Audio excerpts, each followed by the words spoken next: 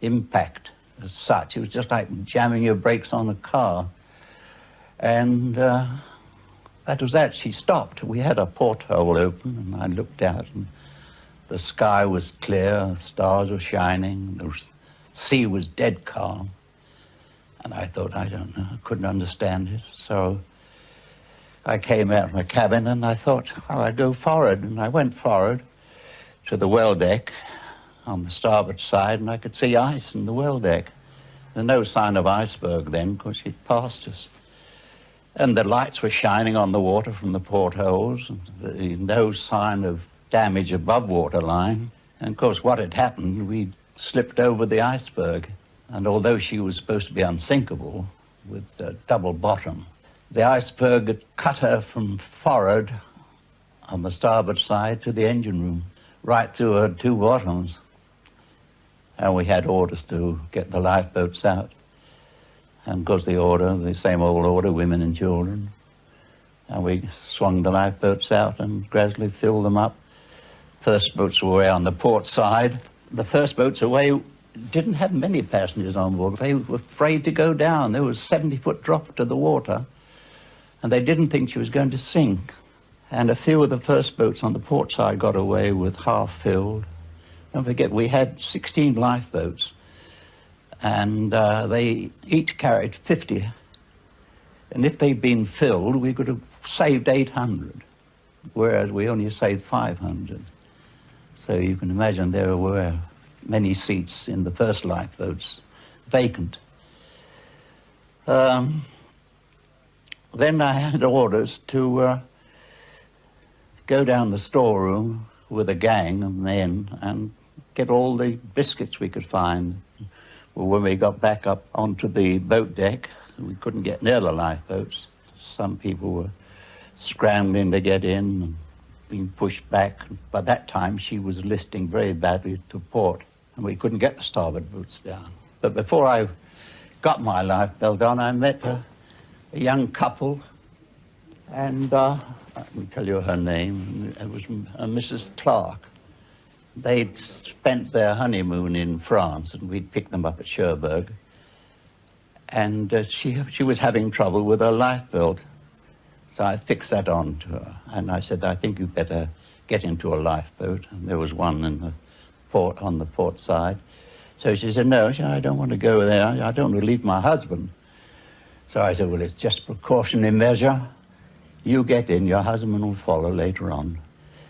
And I got her away, and that was that. And then I picked up my own lifebelt and put it on. Then the third-class passengers were coming up.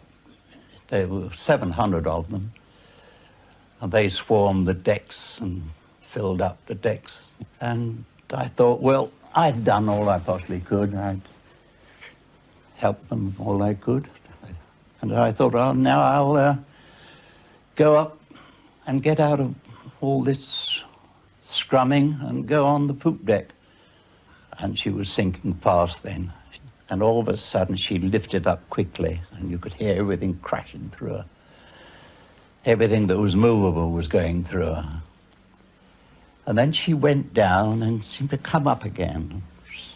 So I thought, well, now I'm going to leave. And I was hanging on to a board. We had two boards, starboard and port, which said, keep clear of propeller blades.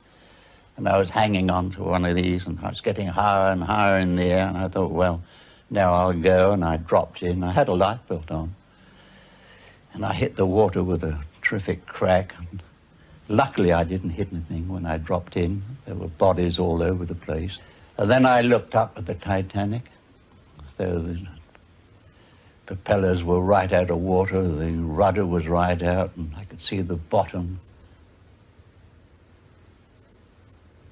And then gradually she glided away, and that was that. That was the last of the Titanic. I didn't want to die. I mean, I didn't see much chance of living, but I was gradually getting frozen up. And by the grace of God, I came across a lifeboat, and they pulled me in. And there was a fireman dead in the bottom, and there was about a foot of water in this boat. There was another man who was trying to. He seemed to be trying to get away from it again. I don't know what was the matter with him. They were tying him down, and the rest were women and children.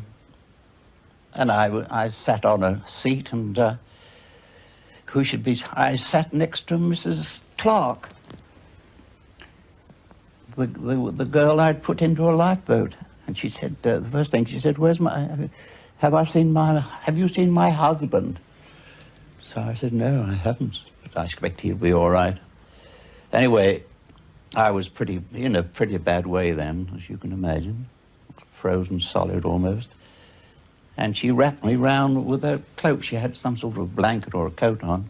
Anyway, I think she probably saved my life, I don't know. But I saved hers. At least I think I might have done. I think I did. And she saved mine. Then, first light, the Carpathia came along. The Carpathia was about 7,000 tons, and they were going to the Mediterranean, absolutely loaded. And they took us all on board, took us to New York, and that was that. I believe you've even got a watch that you were wearing at the time when you went into the water. Yes, but I couldn't afford anything better in those early days. Here it is. That says 2:20. What time was it when you went into the water, do you think? I think about 2 o'clock. I think it lasted. It was frozen up like I was. I think it lasted for about 20 minutes in the water. Does talking about this incident bother you like you have been today? Talking about it? I should probably dream about it tonight. Have another nightmare. You'd think I'm too old for that, but you'd be amazed. You lie in bed at night and the whole thing comes round again.